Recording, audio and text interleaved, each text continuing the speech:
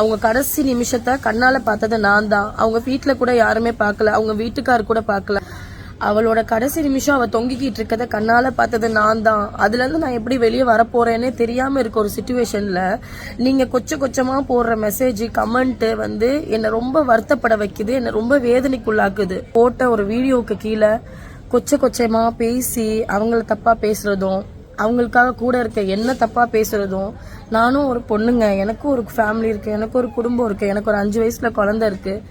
என்னையும் அவங்க வீட்டுக்காரரையும் சேர்த்து வச்சு தப்பாக பேசுறது இப்படிலாம் பண்ணாதீங்க, புரியுதா? ஏன்னா உங்களுக்கெல்லாம் அவங்க 10ஓட 11, எங்களுக்கு அப்படி கிடையாது. அவங்க எங்க கூட இருந்த ஒரு உயிர், அந்த உயிர் வந்து இப்போ போயிருச்சு. அந்த உயிருக்காக போய் நின்ற என்ன கொச்சப்படுத்தாதீங்க, தயவு செஞ்சு அசிங்கமாக தப்பாக பேசாதீங்க. ஏன்னா நான் இதுலேருந்து எப்படி வெளியில் வர போகிறேன்னு எனக்கு தெரியாது. ஏன்னா அவங்க கடைசி நிமிஷத்தை கண்ணால் பார்த்தது நான் தான்.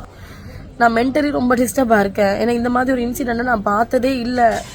எனக்கு அவங்க வந்து ஃப்ரெண்டு அப்படின்னு சொல்கிறதுக்கு மேலே அவங்க எனக்கு கூட உடன் பிறக்காத ஒரு அக்கா.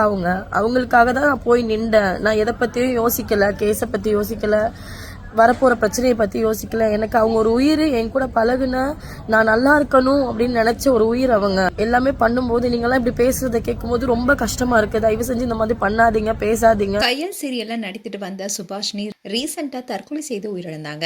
சுபாஷினி இலங்கை சேர்ந்தவங்க. இவங்க நடிக்கிறதுக்காக தான் இந்தியாவுக்கு வந்தாங்க. இப்படி இருக்க சொல்லதான் பெங்களூர்ல சேர்ந்த பிபின் என்பவரை 2 வருஷத்துக்கு முன்னாடி திருமணம் செய்துக்கிட்டாங்க.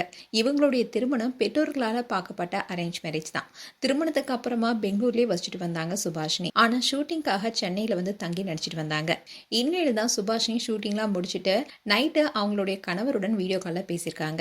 அப்போ அவங்களுக்கிடையே ஏற்பட்ட பிரச்சனை காரணமா 2 பேருக்கும் இடையே கடும் வாக்குவாதம் ஏற்பட்டிருக்கு. இதனால ஆத்திரமடைந்த சுபாஷினியும் கணவருடைய வீடியோ கால்ல பேசிக்கிட்டே ஃபேன்ல தூக்கு போட்டு தற்கொலை செஞ்சுக்கிட்டாங்க. இதை பார்த்து அதிர்ச்சி அடைந்த பிபினும் இதை பத்தி அபார்ட்மெண்ட்ல இருக்க வாட்ச்மேன் கிட்ட சொல்லியிருக்காரு.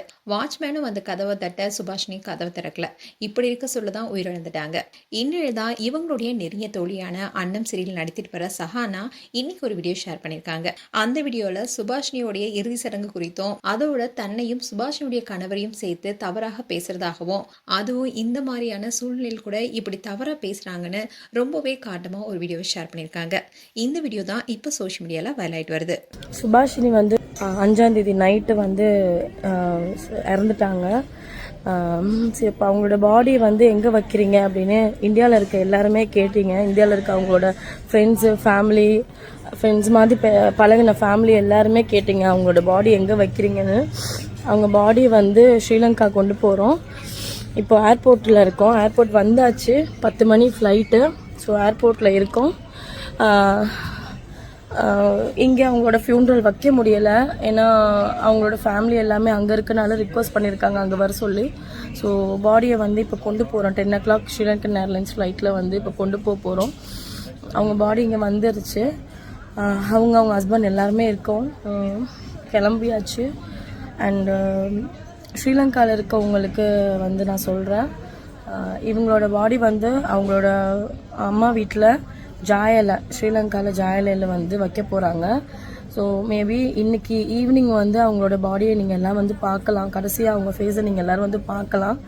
இங்கே பார்க்க முடியாமல் கஷ்டப்படுற எல்லா நண்பர்களுக்கும் வந்து எங்கள் சைட்லேருந்து சாரி கேட்டுக்கிறோம். கஷ்டப்பட்டு தூங்காமல் எல்லாமே பண்ணும்போது நீங்களாம் இப்படி பேசுகிறத கேட்கும்போது ரொம்ப கஷ்டமாக இருக்குது. தயவு செஞ்சு இந்த மாதிரி பண்ணாதீங்க, பேசாதீங்க. உங்களுக்கு அவங்க பிடிக்கலன்னா அதை கடந்து போங்க. அவங்களோட மெசேஜையோ அவங்களோட வீடியோஸை கடந்து போங்க. இப்படி கொச்சப்படுத்தாதீங்க. உங்களுக்கு என்ன பிடிக்கலன்னா கூட இதை கொச்சப்படுத்தாதீங்க. வேறு ஏதாவது ஒரு சுச்சுவேஷனில் என்ன எதை வேணாலும் திட்டுங்க. ஆனால் இந்த சுச்சுவேஷனில் என்னோட வீடியோக்கு கீழே இந்த மாதிரி வந்து திட்டாதீங்க. என்னால் இதை ஏற்றுக்க முடியல, ரொம்ப கஷ்டமாக இருக்குது.